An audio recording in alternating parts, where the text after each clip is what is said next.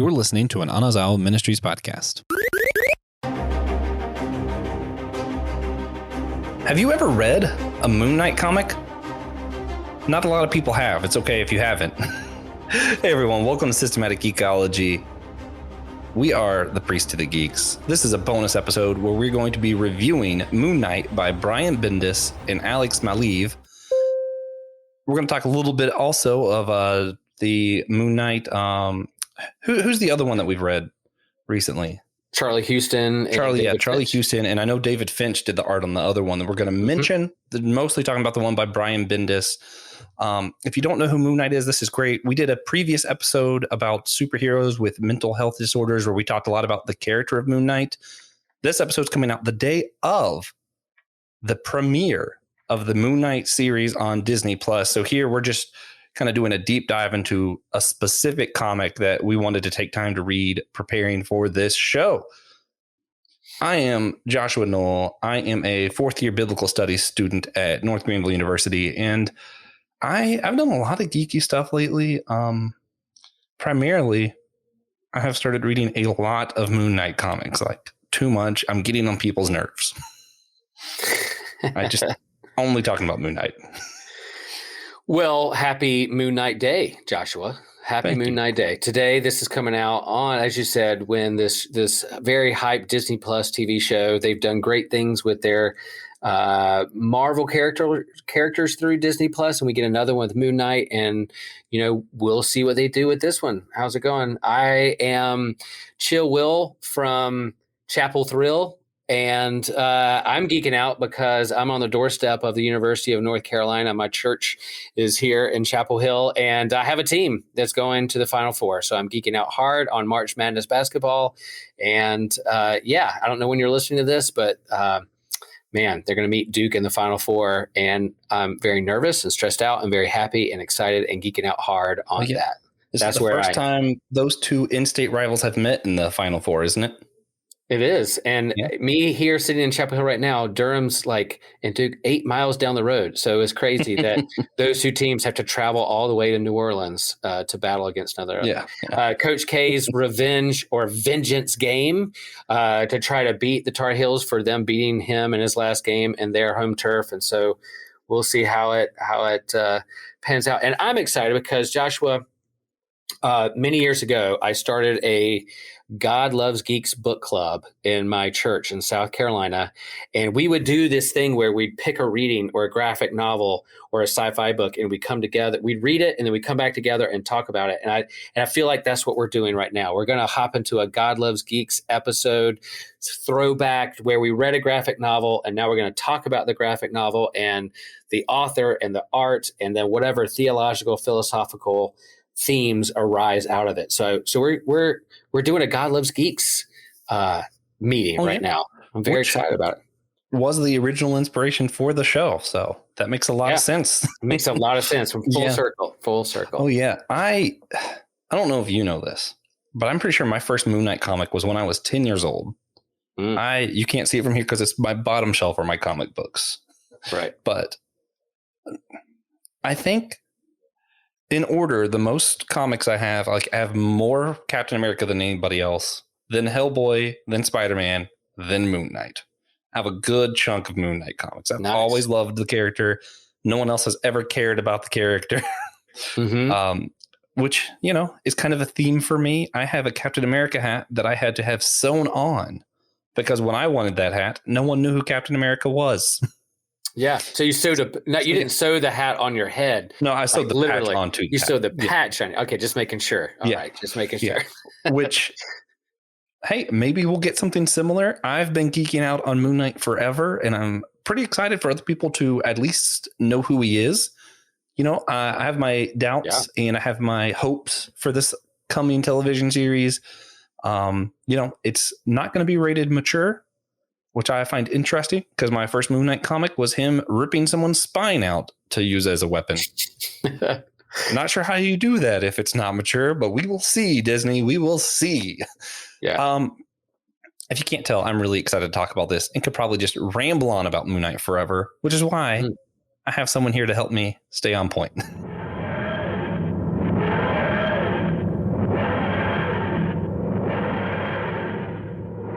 There you go. Pastor Will, we are talking about Brian Bendis' Moon Knight comic. Could you break down what this comic was about, what's going on here, and just let them know what they need to know if they haven't read it?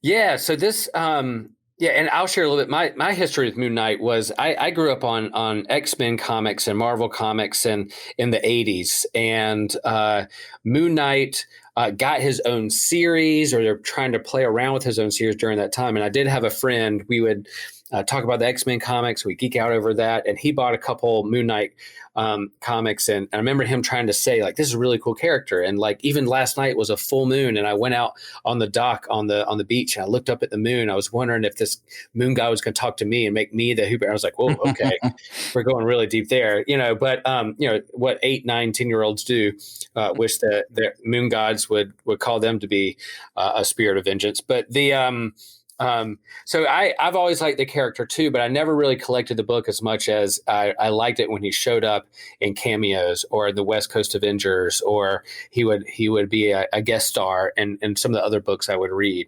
But I really enjoy getting into this particular graphic novel with written by Bendis and art by Alex Maleev, because it helped me go in a deeper dive to try to understand who this character is before the TV show comes out today. I may have already watched the show by the time this is coming out. But this is in the height of. So Brian Michael Bendis, a famous Marvel author who now has an exclusive contract with DC and writing a lot of stuff at DC. But before he hopped over, he was kind of Marvel's go-to guy for writing all the hot, popular comics. And he did this 12-issue series with Alex Maleev about kind of, how do I want to explain what this story does? So Moon Knight, Mark Spector, is doing a TV show about his life. And so the irony is that we're reading this when there's a TV show literally coming out about his life. Oh, so yeah. That's the meta deep cut that we're doing. But he's doing this TV show or movie about his life, and he's not sure how it's going. He's on the West Coast. He's in LA, and he gets word that something's going down in LA. There's a kingpin, not in New York that we saw, with Hawkeye or Daredevil. There's a kingpin of LA, and he's trying to figure out who this person is. Something's going down, and the Avengers are around him. The Avengers of the day back in 2010-ish. You had Spider-Man on the team. You had Wolverine on the team. Captain America. Iron Man, all those folks, Miss Marvel, they're all Captain Marvel, are all on this team. Well, he's talking to Spider-Man, Captain America, and Wolverine. They're around him, trying to coach him and what he should do about this kingpin and this kind of almost like this drug deal that's going down. Well, you come to find out, as we know, in terms of battling mental illness and multiple personality disorder, which is, I don't think it's even a right term now these days. I think they're calling it dissociative identity disorder, I think is the now correct term. They're using that. Well, you come to find out that identity disorder. Yeah. Yeah. That these Avengers aren't really with him. They're in his head. And so you're like, okay, what's real, what's not, which is my hesitancy or nervousness about this TV show that they're going to do. They're going to see a lot of cool stuff. And I really hope at the end, they're not like, oh, it was just all in his head. And he's in, a psych ward at the end and in padded walls. I'm like, oh, I don't think Disney's going to do that. They did a good job with WandaVision in terms of handling grief the right way. I'm pretty hopeful and optimistic they're going to handle mental illness with Moon Knight the right way. So anyway, this is a good story in a sense that you go through like in his head. But back then, a decade ago, they're using words like, is this guy crazy? What's the matter with this guy? He's a nut job. So they're throwing around those kind of disparaging amount words towards him, remarks about him and his describing his character. But you really see him try to be a hero on the West Coast while still having a relationship with the Avengers and trying to find out who this kingpin is of LA. Yeah. And They don't play a lot on the religious aspect of the character in this. To me, this particular one with Brian Bendis was a very different Moon Knight than what I'm used to seeing. Mm-hmm. But it helped me in a few ways. It helped me understand why a lot of people see him as Marvel's Batman. It helped me kind of get that because, it really upplayed the, rich philanthropist kind of guy. And he had a detective. Yeah. Mm-hmm. They had all of that kind of stuff. And I was like, okay, I see why some people think of him. Plus, I am vengeance. I can see it. He has an ex SHIELD agent who's kind of almost like his tech guy, helping him out along the way. Yeah. You have some other cameo from other characters that we'll talk about here in a minute, but really at one point in this graphic novel, he it says the complete. What is the official title to this story arc? Does it have it just says Moon Knight by Bendis and Maleev. I don't know what the official. I thought that was it, but let me. The complete collection. It's got to have a story arc name. Well, anyway, he finds out this drug bust. He goes to figure out that he goes and confiscates the head of Ultron, the AI, the killer robot who wants to take over the world. And this came out before the Age of Ultron Avengers movie came out. And after this story arc, they actually had a Marvel event before the movie came out called the Age of Ultron that Bendis was pushing with this big crossover event with all the heroes and the Avengers. So, there's a little prep work for the movie coming out at some point. But he gets the head of Ultron, and this Kingpin of LA wants it because that's big power. What if this AI is gonna take over the world? Are we gonna spoil who the Kingpin is at some point? Yes. Are we gonna let him figure it out? Okay, because I had to do some deep digging. I was like, man, me too. Cool. I didn't know who this character was. I really didn't know who this character was. I didn't at first. And evidently, I read him once before, and I was like, I don't know who this is. So I had to look into it. Sorry, I didn't mean to interrupt you. I was just curious if we were going to go there. Yeah, we will. But he. So then what this is cool. So he goes off, he steals the head of Ultron, brings it back. He has his people look into it. It really is. It's not in his head. It really is the head of Ultron. And then he starts working out, and he runs into these like kind of underground characters, almost like the Batman, where he goes this underground like strip club kind of with this villain or shady person called Snapdragon. And then he runs. Yeah. Sorry. I'll say, can I just say though, the way they did the art at the strip club, I personally found it amazing how they were showing that in a way that somehow it just didn't feel sexualized. Right. Like it was very just dark, and this is not shady underground. Yeah, like this is how I think Christians view all strip clubs. Like just bad. Right. Yeah. Well, in this, Snapdragon, who's like the right hand woman of this Kingpin of LA, then he runs into Maya Lopez, who we know is Echo in the Daredevil, Hawkeye, now Disney Plus kind of Wait, era. Echo's in that? In what? Echo's in Daredevil and all that? That's where she didn't show up in the Hawkeye. She didn't show up in the Daredevil TV series, but she did show up. Her first appearance was in a Daredevil comic. Okay. I know who we're talking about now. Sorry. Well, Echo, who shows up and really they flesh out in the Hawkeye Disney Plus TV show, originated in the Daredevil comic book way back when. Her first appearance, I have it somewhere, is in Daredevil #9 in 1999. So Daredevil's blind, she is deaf, and so her senses go around with her being able to read lips and read people, and they we saw that really fleshed out in the Hawkeye series.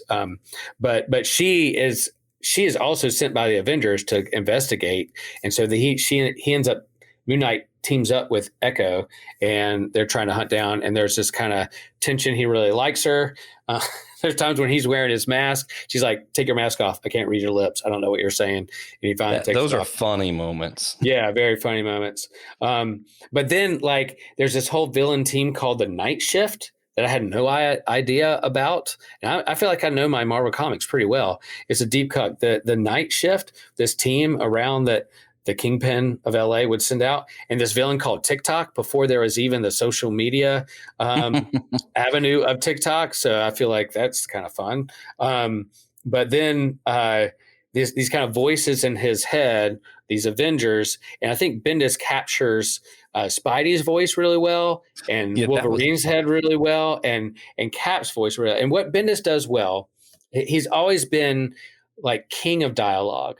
All his books from the very beginning, he has a lot of talking heads. There's a lot of words on the pages, sometimes almost much too much. But I was reminded when reading this book from Bendis how much I enjoyed Bendis a decade ago and why I collected like all of his comics, because he is just masterful at capturing people's voices and characters and the dialogue between the characters. Team books, he just does a great job. There's not a lot of action. Well, there's action, but like the dialogue between the characters is just amazing. And so here you have this dialogue going on within Moon Knight's head that I think will be played out in the TV show.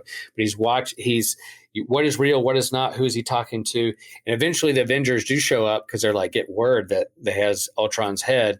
And he turns to Maya and is like, you see them too, right? They're here. And she's like, yeah, they're here. It's like, okay, just checking. But it's a pretty, I really enjoy the story arc. And I think the art's incredible. I was able to meet the artist at a Comic-Con not too long ago here in North Carolina. Cool. And he was super nice and signed some books, and Bendis, it reminded me again, this book, how much I enjoy reading his dialogue and character development. Oh yeah. Which I don't know if you got this, but did it surprise you when you found out that Wolverine, Captain America, and Spider-Man weren't really there? No, I think I remember this series way back when. I don't know if I collected this comics on my own and got rid of it or it's buried in a long box, but I do kind of remember, and I know his personality enough to say like, okay, he's having this conversation. I bet they're not real. I bet this is all in their head. I don't think they're there with them. I was questioning it from the beginning. I wasn't sure because the voices were so well. Like I was like, that is Spider-Man. That doesn't sound like Moon Knight making up Spider-Man. Right. Because I have never been under the impression that Moon Knight got to know these characters well enough to re-portray them in his head. That well, right. Like, man, Moon Knight really's got the Cap and Wolverine and Spidey down, it turns out. Well, he was a part of the West Coast Avengers team back in the 80s. Yeah. So he does have a kind of a deep relationship with. And Cap made him an Avenger. Like, I've been, knighted him an Avenger, I guess. I don't know how that works. Yeah. Cap. Yeah. Cap trusts him. Cap trusts him. But man, this West Coast kingpin, he showed, and he looked so cool when he showed up. I could not remember who he was. I think I might have remembered him from a Thor comic forever ago, but I could not remember who he was. Do you want to break down the character? Yeah. So he looks all right. He he's a guy in a trench coat wearing a monocle, and his name is Count Nefaria. Yeah. Is that how you say it? Yeah. Count Nefaria. So. And he's a supervillain from way back in Avengers number 13. Not like literally the 13th book of the Avengers way back when. And even defeated Thor because he's almost like a mashup between like Doctor Doom, Doctor Strange, kind of wizard who shoots energy out of his eyeballs. And I didn't know who he was. So I was like, why are people scared of him? But evidently he's defeated a lot of Avengers. So he's a big heavy hitter. He's a supervillain. He's not a D-list rogue or anything. Oh yeah. And we won't spoil how it ends, but that ends up being the main antagonist. You go through this whole Moon Knight with voices in his head. They don't do the religious aspect. I don't think ever. Like, I don't really remember. I mean, he might mention Khonshu, but it's not really a part of the story in this. And part of what I found weird is I feel like there was a few places where the anger, vengeance, gory Moon Knight, we see him for like just a glimpse here and there where he's the old glory Moon Knight, but it's not because of Khonshu. It's because Wolverine is in his head. And I feel like a lot of times it's almost like Wolverine took the place of the god of vengeance. And I don't know how I felt about that, but I did enjoy some of those panels where you see Moon Knight with his makeshift Wolverine claws going through someone's head and like going into these villains, and you're like, on one hand, Moon Moon Knight could have just done this normally. But on the other hand, it's always fun to have giant metal claws.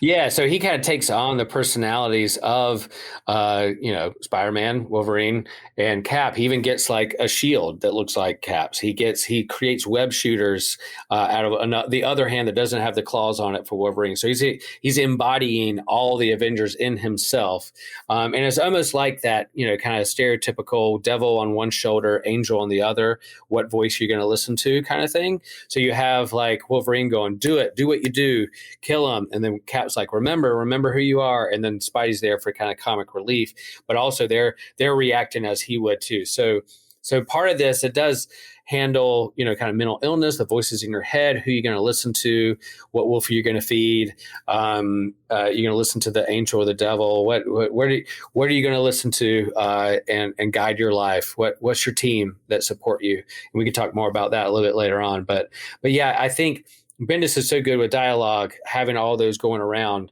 I thought was really well done. And part of it, like Moon Knight's story, is like, yeah, is he really, called by the Moon God to do vengeance and to make the world a better place, or is it all in his head? Is always the kind of the ongoing tension with his character, and they'll play with in the show as well. Yeah, and I don't know. I liked how they did this. I really liked when the Avengers actually showed up the first time, because it does happen more than once. Yeah. Mm-hmm. When Spider-Man's like, okay, but did you have to dress up as me? What was that about? That was kind of weird, man. But, Cody's someone who isn't dealing with mental health, and I guess Spider-Man wasn't educated in the right terms and all that, but he's just like, hey, man, that was weird. And I was like, yeah. Well, I mean, we have to, as you read this, does it hold up? I mean, think with the emphasis on mental health, mental illness, or especially over the last, 3, 4, 5 years, this was written a decade ago, and they're throwing around terms and like crazy and this guy's a nut job, a little loosely. And then you're kind of like, okay, are we being insensitive towards, I would never call someone crazy these days. I would say, hey, what's going on? We throw it around. But we're a little bit more attuned to kind of the words we choose to use to describe somebody who's wrestling with really hard stuff. So and that might be an interesting study in of itself. The people who write Moon Knight comics have always tried to handle it well, but as time has gone by, how we talk about these things and address them has wildly changed. So it might be interesting if you took a book from each decade to see how are the writers handling mental illness of this iteration of Moon Knight. Might be really interesting to look at. And you can psychoanalyze, like his first appearance was in Werewolf by Night, number 32 in 1975. And here you have a Moon Knight battling a werewolf who gets his powers from a full moon. So you see that link, but also, the werewolf is it a real monster, or is it just kind of a personification of someone who goes feral, who goes crazy, who goes, wild, out of control. And here you have a Moon Knight who they keep talking about, is this guy in control? Is he going to spiral out of control? He's not in control. I can tell you. Yeah. Are the voices in his head going to take the best of him, and he's going to go crazy and feral and become literally a monster that tears through people? So I do find it interesting, this correlation between like his first appearance and Werewolf by Night and the connection with the moon and his mental illness as well. That holds up, because he gets like inhumanly savage in most of his comics. I have a comic where at one point Deadpool says, no, that guy's too crazy for me. So, when Deadpool's saying that, this guy is intense. Yeah. So before we move on to a little bit more of the deeper kind of stuff I know we want to talk about, and some of the little technical details, I did want to just throw it out there. 0 to 10. How are you rating this one, Pastor Will? Oh, for me, I give it the art and the flow and it's so readable, and reading again, it just reminds me how much I love Bendis. I mean, he over the stuff he's done at DC has been okay. But I give this an 8, like 8 out of 10. Like for me, I really enjoyed going back and reading this work and getting to know the characters and being reminded of what was going on in the Avengers and New Avengers at that time, and who was kind of the hot comics and hot characters of the day and their dialogue. So I thought Bendis captured that really well, and the art's really gritty. It's not cartoony. It's really, hard lines and hard inks. And Maleev is pretty fantastic. Who was also on Daredevil for a while too, and yeah. The art definitely helped lift it up. I don't know. For me, I don't know how to explain this one. 6.5 seems too low, but 7 feels too high. I'm gonna do like a 6.8. Okay. And this is just because I think I've just come to this biased. I think very much like the Tobey Maguire Spider-Man movies, where if you're over familiar with the original Spider-Man comics, you're like, this isn't Spider-Man. I feel like it was like that for me, where I was like, this doesn't really feel like Moon Knight. But man, it was a great story. I love how they did it. I love the art. I enjoyed every second of it. So I don't want to come off as I didn't like it. If we just had a different character there in the same story, in the same struggle and everything, I probably would have put it at an 8 too. Right. But because I'm coming to this with, hey, I wanted a Moon Knight comic, I don't know. It's just a little more difficult for me just because I have a lot of history with the character. Now, this character has been rebooted a lot, and he can't have an ongoing series on his own because they go for a certain run and then cancel, and then they reboot it with different characters. I think the comic industry know how to collect graphic novels and just do limited series more and more.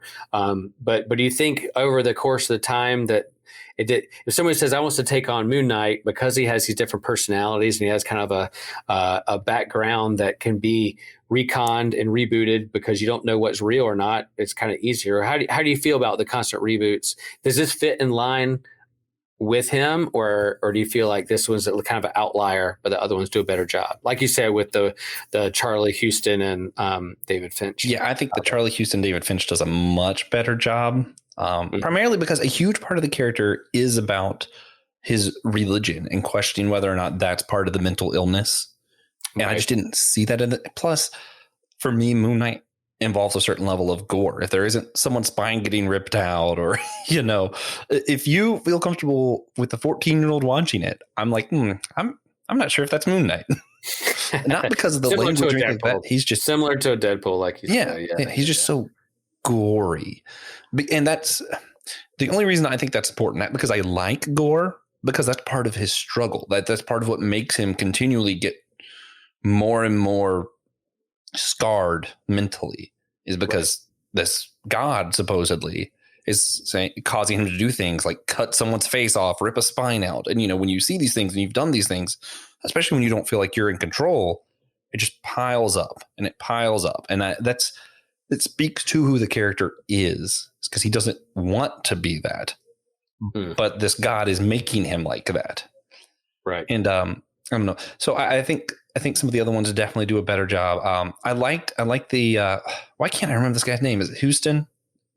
Yeah, Houston. Yeah, I really like that one that we're both reading now. I have a bunch that I don't know who wrote it because I got them forever ago and I just read them occasionally, and I'm bad at the names of authors and stuff. But yeah, I enjoy this character a lot, and I primarily enjoy it because of that struggle with the vengeance God and the PTSD piling on. And I think part of why it keeps getting rebooted, to answer what you actually asked me.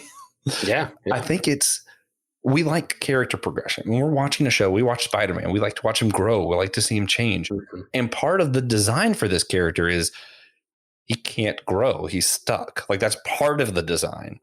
And that makes it really hard to have a continual story because, eventually people get frustrated. He can't change. Mm-hmm. And that's sort of the point. So in a sense, I think Moon Knight will always just have to keep being rebooted as long as he is the same character. Right.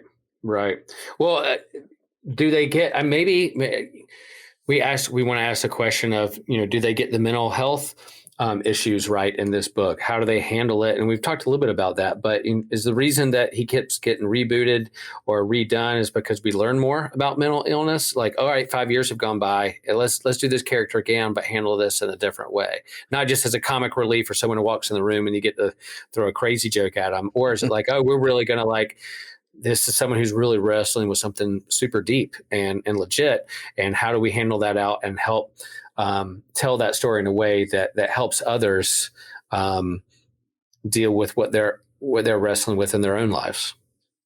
Yeah, I definitely think that's a huge part of it is just we learn how to deal with these things better. So we want to address it better. I know that's annoying. Mm-hmm. Yeah, so that's a huge part. And then I really do think a lot of the reboots just come down to, it's the same thing that I feel like the church faces the same problem. This is systematic ecology. I can go there. Haha. You can. Yes, you can. We want to tell people, and it's true, that God can heal you. God is there for you. God is the comforter, all those things. But as we learn things, we want to be careful not to say that God will always heal you, right? Someone might have a mental disorder forever. Someone, lots of people are born with Down syndrome and it doesn't go away. Right. And then you struggle with this. We want the story of Christianity, of the church, to be there's character progression for everyone. Everyone can be saved. Everyone can get better. But sometimes you have this thorn in the side, to quote Paul, that doesn't go away. And I think that's the problem with Moon Knight is we want a story where he can be saved happily ever after. But as long as we're being true to this mental health aspect, I don't know if we get that. Joshua, if you look in the Bible, you'll never find the phrase, and they lived happily ever after. Now in Revelation, at the end of Revelation, the kingdom comes down and there's some golden roads and we have some peace. But throughout the struggle of like humankind and the human condition and our understanding of God, there's never a phrase, and they lived happily ever after. And so I think that progression, is important that so much the stigma around mental illness and faith in the church is like, well, if you're not happy all the time, then you must not have faith. And it's like, nope, there are times when you don't have to be happy all the time and be a person of faith. There's grief, there's struggle, there can be depression. There's a different way you could define happy and joy. On a previous episode, you guys talked about it and did a really good job. But I think that stigma that, well, if you have faith, if you just have enough faith, you're gonna be happy all the time. That's not the case. You can love Jesus and have a therapist too. You can love Jesus and you can take medication too. I'm diabetic, so I have to take insulin. I can have faith, but I'm still going to take my insulin at night and in the mornings. If somebody has mental illness and wrestling with depression, guess what? You can love Jesus and still take medication to help you out and navigate this world. Yeah. And, it's a question we get from non-Christians a lot that I really relate to. Because, they say, well, you said that God healed you. Well, why can't he heal, all the things? And I resonate with that question. Like, I hate when people dismiss it. I hate, when I was really young, I got earache almost every week. It was just a constant, it was a terrible thing. And one time my dad told me to pray. I went to my room and I prayed, God, take this way. God, take this way. And I just cried saying the same thing over and over. Never had an earache again the rest of my life. But I also have ADHD. And I've prayed to God, you just fix this up here. And that doesn't happen.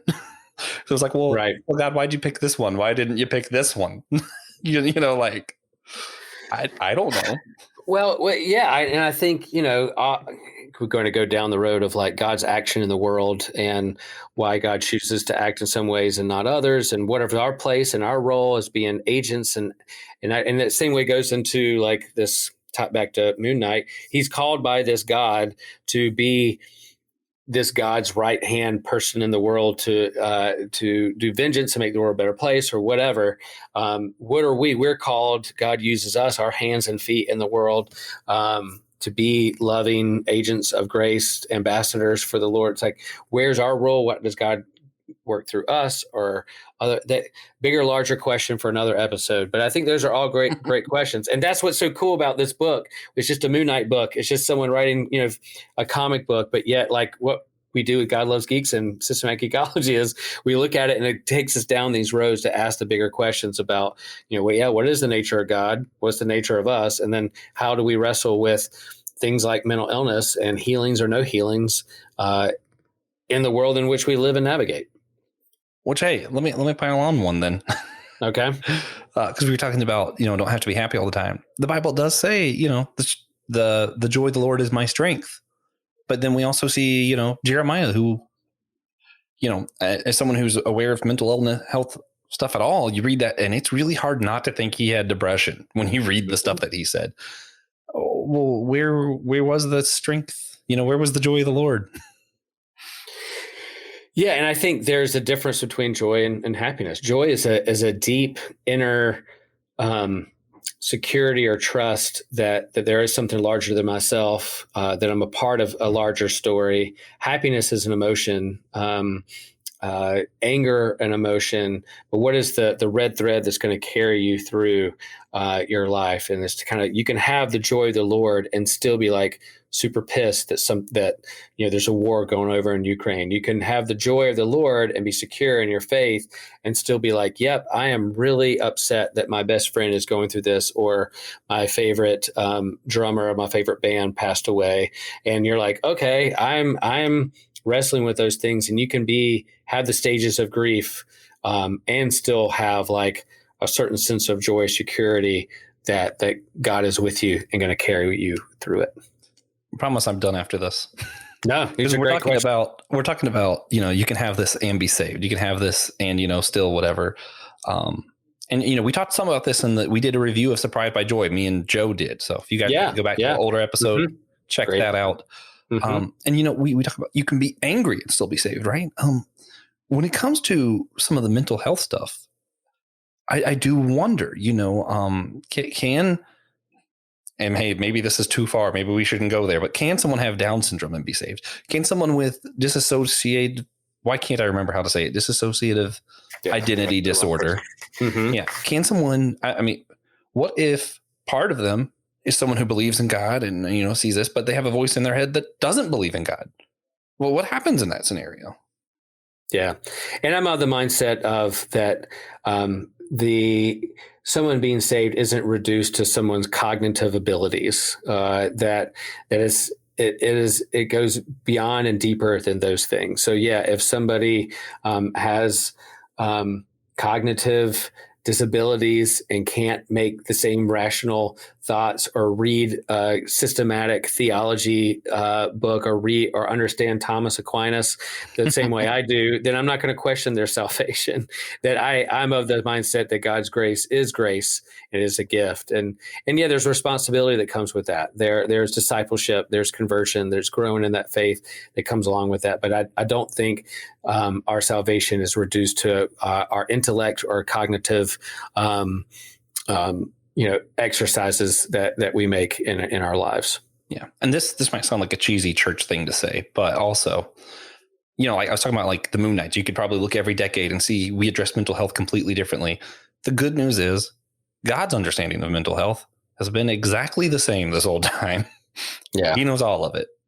I don't know how he addresses it. I don't know how God handles it in the end, but I know he does.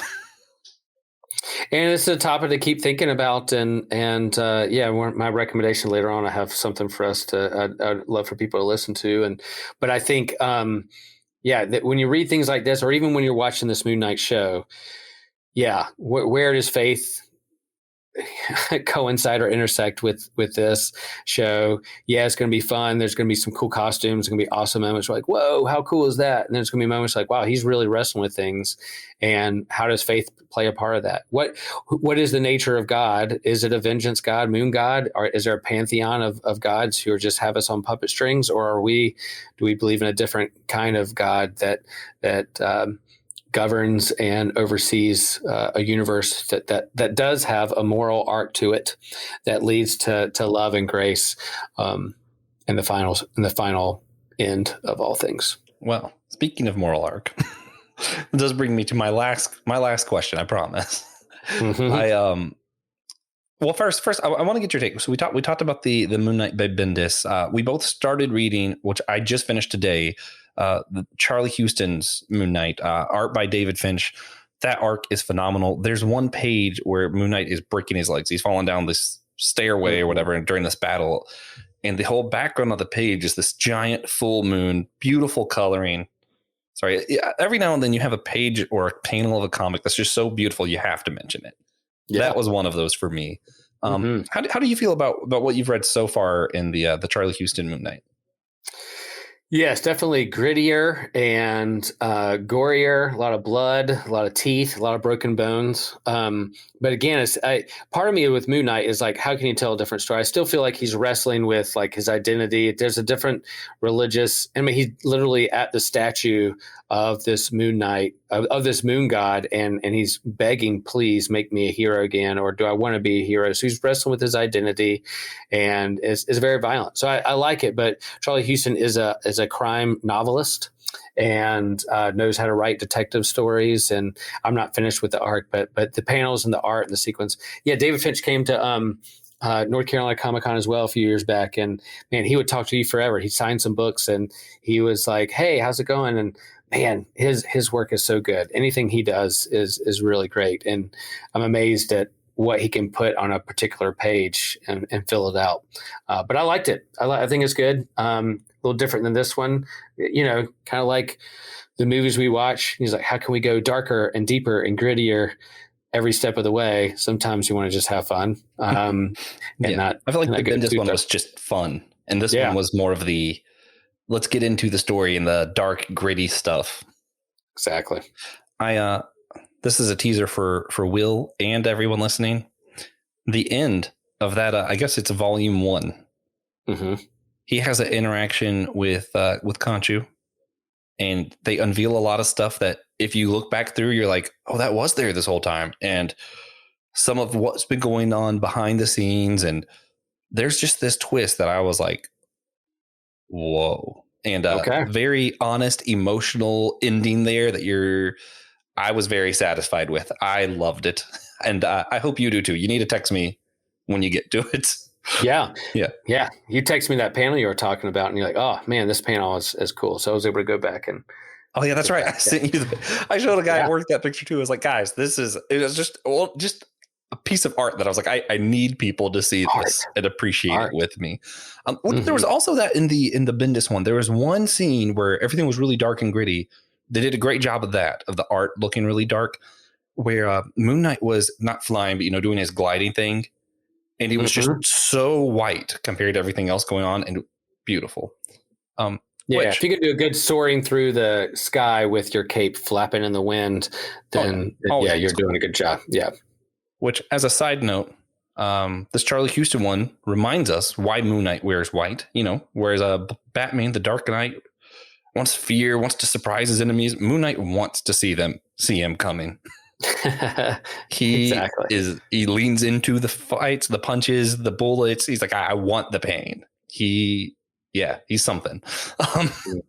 So that being said, this one showed a lot more of Khonshu empowering Moon Knight to be the avatar of Khonshu, embodying the god to enact vengeance. And it reminded me a lot of these older religions, the Egyptian religions like this, Greek religions, Roman religions. At one point, most of your world religions were a lot more violent. There's a lot more vengeance. Even, in Judaism, God had the Israelites go out to war all the time, though there was a little bit more tension there, because in Deuteronomy, you do have God saying, vengeance is mine. Let me take the vengeance. But he also has the Israelites go out and do this war. There's a book by Karen Armstrong called, I want to say The Great Transformation. Yeah, The Great Transformation by Karen Armstrong. She is a religion scholar, not a Christian, who just looked at all the world religions and noticed around the time that Jesus, Confucius, the Buddha all come around the same kind of era, that you see a switch where a lot of the world religions that are popular are the violent ones. Then all of a sudden, Jesus, Buddha, Confucius comes around, and people start, choosing these more peaceful religions, these religions that are more, hey, let the vengeance just happen by destiny, or let God take vengeance for you, that kind of stuff. Do you think there's a reason for this, Pastor? Was there a reason that the world kind of decided, yeah, we're tired of these vengeance gods, let's go to this more peaceful stuff? Well, I'll say over the last, last 2 or 3 or 4 years, we do remember there January 6th, Capitol Hill riot. There were people who were, God vengeance, they're putting vengeance in Jesus's mouth too, which, I think is heresy. But I think it's always around.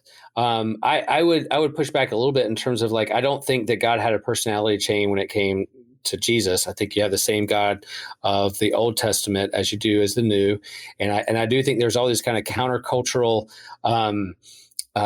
Yahweh is different than Pharaoh, and Yahweh is different than empire, and pushes back on that this God who. I think Israelites keep going back and forth with what is power, what is not, what is king. Our God is better than your God. All humans do that. Humans tend to transform God into our image rather than the other way around. Power, money. My God is better than your God. I'm going to conquer you has always been a part of the human story. So I think that's always going to be a part of the religious story as well. But I would say that there's this thread beginning with Genesis all the way through, and kind of even the creation story in Genesis is different from other creation stories where humanity is born out of the defeat of the gods whose blood spilt on the ground and humans rose up out of that. The creation story in Genesis speaks of God creating and it is good, and calling humanity to be good stewards of creation that they were called to. So it's not all right, vengeance, war, you losers, you're just a piece of mold growing on a piece of bread kind of idea. I mean, yeah, so I'll push back a little bit of that. I think, there's this tension of we're violent creatures, and we want God to be a part of that balance too. In our competitive nature, it's not just the Duke basketball is better than UNC basketball and vice versa, and my God is better than your God and can beat your God up. I do think there's a different thread in Scripture from Genesis running all the way to Revelation that shows a different kind of God that pushes against vengeance and violence. Yeah. To support your point. I want to read part of this in Psalm 74. It's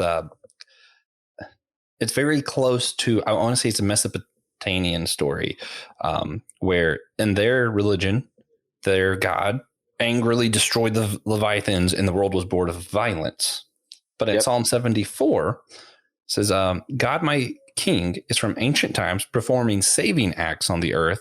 You divided the sea with your strength. You smashed the heads of the sea monsters with the water. You crushed the heads of the Leviathan. You fed him to the creatures of the desert. You opened up springs and streams. You divided up ever-flowing rivers. The day is yours, also the night. You established the moon and the sun. And what's I didn't even know the moon was going to be in there till I started reading it. Look at there. Look at that. That was just pure coincidence. Good stuff.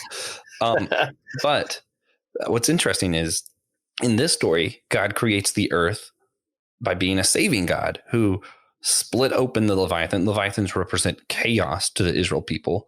So whereas in one, God creates the earth through violence, destroying chaos and establishing a violent order.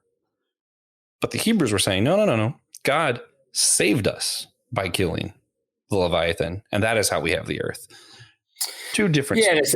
Right. And a friend of mine says on his podcast all the time that God refuses to be God without us, and that God is deeply relational, and that even within God's own nature of Father, Son, and Holy Spirit, it's a dance of love, a relationship of love that's mutually giving to us and to creation to say, I want you to be a part of this with me, that we're intimately connected and entangled with a God who refuses to be God without us. And it's relational, not in a sense of lording it over or to destroy, or you're all awful and I all those things, or out of violence. It's no, I want you to be a part of my own nature and be a part of this. And that's where that progression and growth and understanding of growing to who God's calling us to become is a part of that story. So character development, talking about Moon Knight and growing and progressing. And then also I think it's really important, what kind of community are you surrounding yourself in this story? He has, the Avengers are in his head, but they eventually really show up to support him. And he's moved by Cap saying, I trust you. And he's like, man, Cap trusts me.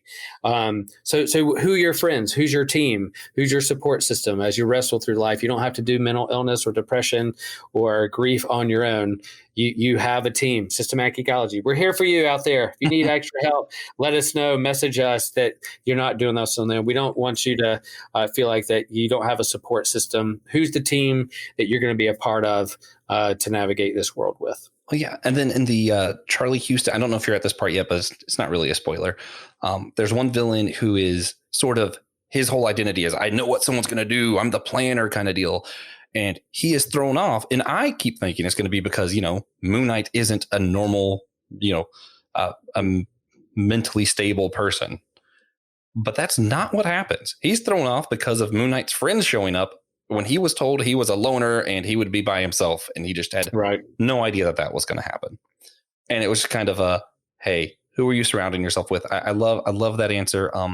And yeah, like the story I was writing about the Leviathan in the Bible does a lot of comparing things where like it'll be a story like in Genesis 1 that's very similar to another religion story, but in their version, God is saving, God is loving, God is merciful.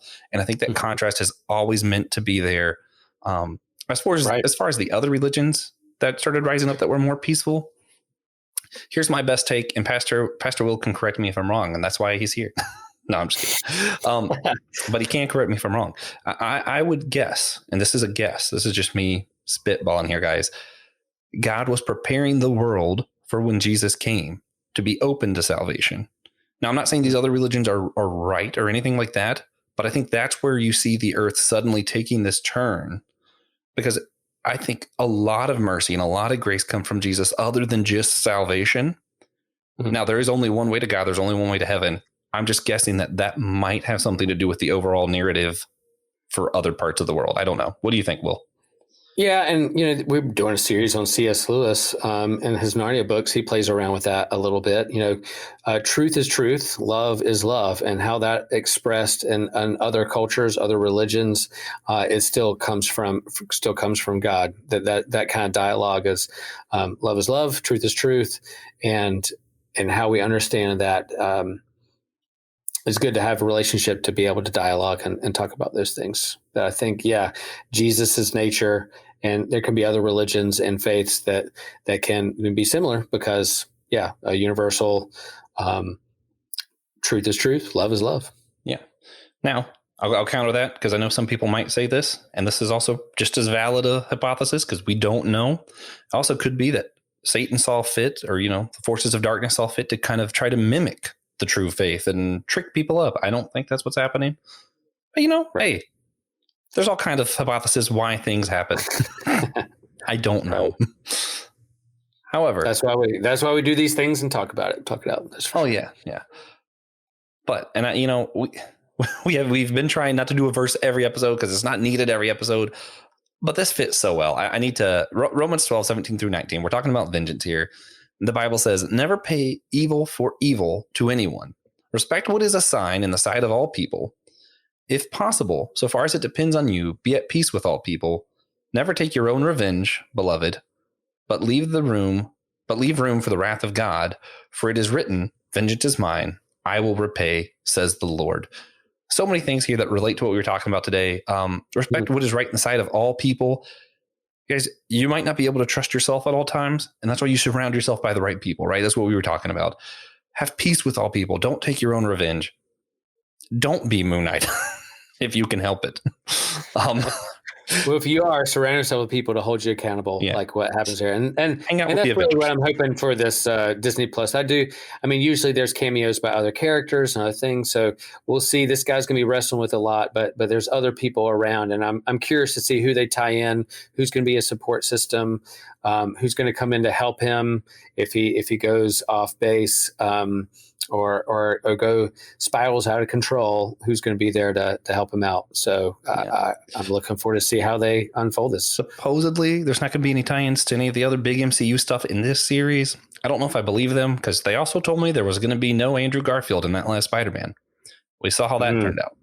Yeah, exactly. All right. Well, Pastor Will, you got anything else for them? Or are you ready to wrap up? Yeah, let's wrap up.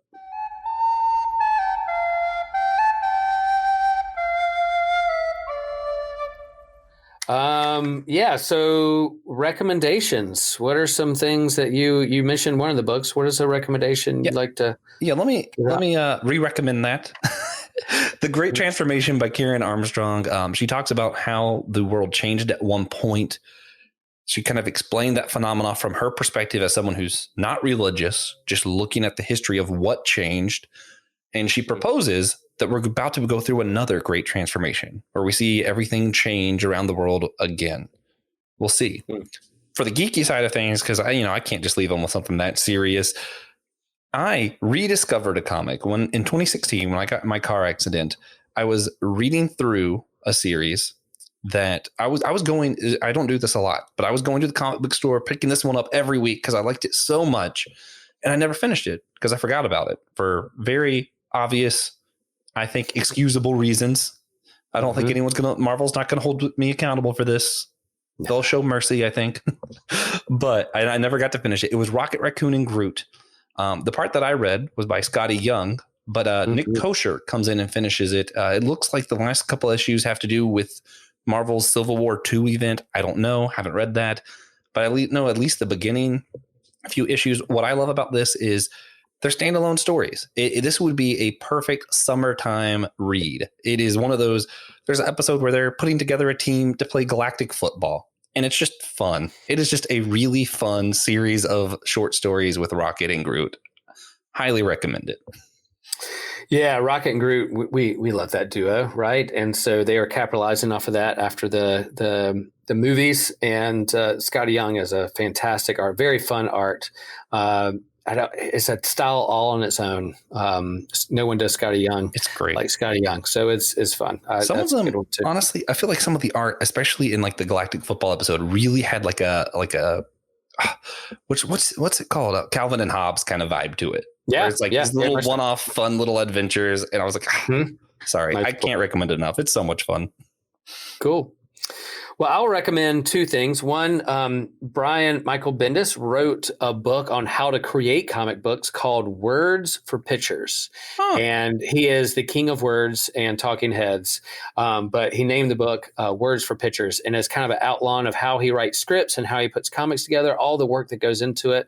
A buddy of mine would love to create a comic book soon, and we've written scripts and done outlines and storyboarding and looked at getting Kickstarters or submitting submissions to other companies, and we'll see how that all goes. But Brian Michael Bendis, if you want to know, if you want to figure out or think through how comic books are actually made, that book's awesome. And then when it comes to mental illness, there's another podcast I really like called You Have Permission by Dan Koch, and the episode for You Have Permission, episode 142, A Theology of Mental Illness. He talks with a guest to talk about the stigmas around mental illness and a healthy way to approach that with faith. And a lot of things I said here were kind of influenced by that episode and what they're doing. Dan, good dude, love his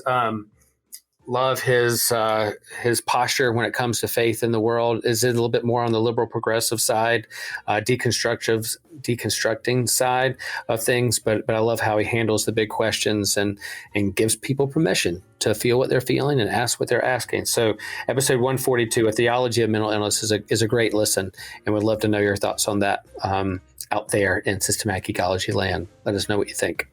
Oh yeah, for sure. And if you guys want more updates on some of the stuff we talked about, really do recommend looking for the episode where we talk about mental health, and another episode with systematic ecology. Some other superheroes get mentioned other than just Moon Knight. And then we have that Surprised by Joy. I think that's a good for that conversation of when you don't always feel happy as a Christian. Yeah. And, we have a website. Check us out on the systematicecology.org website. And then we're on social media as well. We have a great Priest to the Geeks kind of group page that you can chime in and share a meme and laugh. But if there's also a question or something you're wrestling with, you can always shoot us a message or ask the group and feel supported there as well. I want to share with you the next episode is a episode about Morbius. That movie that keeps getting pushed back every month. Maybe it'll come out. I don't know if it'll come out, but he is known as a super Spider-Man villain and part of his rogues gallery, and kind of like they did with Venom, he's getting his own spin-off in terms of his own movie. Maybe is it as a Spider-Man villain without Spider-Man again? I don't know, but they're on the next episode they're going to talk about his history and who he is and what's going on in prep for the movie, so we hope that you can tune in for that. All right, here comes the sign off. You ready? All right, y'all. Thanks for listening.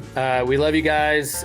Keep doing what you do. Keep geeking out. And remember, share the faith, share the geek.